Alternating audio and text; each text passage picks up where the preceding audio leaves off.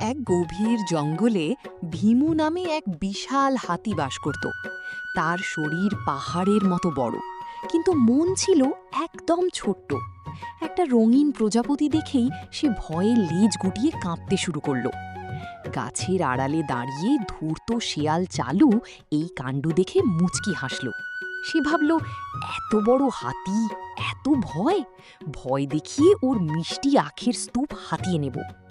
চালু গম্ভীর মুখে এসে বলল, ভীমু ভাই, জঙ্গলে নতুন ভূত এসেছে, হাড় চোষা ভূত, শুধু বড় হাতিদেরই ধরে খায়। ভীমুর হাঁটু তখনই কাঁপতে শুরু হলো।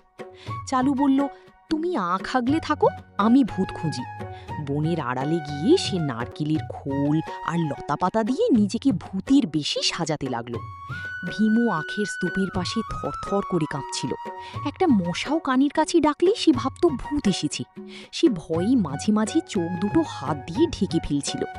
হঠাৎ ঝোপ থেকে চালু লতাপাতা পড়ে লাফিয়ে বেরিয়ে চিৎকার করল, হা হা হা, এসেছি তোকে খেতে। ভীমু আতঙ্কে উল্টো দিকে দৌড় দিল। দৌড়াতে গিয়ে ভীমু একটা লতায় হোঁচট খেয়ে হুমড়ি খেল। ধরাম!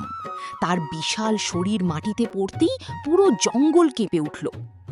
পড়ার সময় ভীমুর সুর গিয়ে লাগলো পাশের গাছে। সেখানে ছিল বিশাল মৌমাছির বাসা। সেটা সরাসরি উড়ে পড়ল চালুর মাথায়। ওরে বাবারে বলে চালু ছদ্মবেশ ফেলে ভোঁ দৌড়ে বনের পুকুরে ঝপাং করে ঝাঁপ দিল। মৌমাছিরা তার মাথায় ভন ভন করতে লাগলো। সব চালাকি জলে গেল। ভীমু চোখ খুলে দেখল কেউ নেই। সে ভাবল তার আছাড়ের শব্দেই ভূত পালিয়েছে। নিজের পিঠ চাপড়ে বলল, আমি কত সাহসী। তারপর নিশ্চিন্তে আঁখ খেতে লাগলো।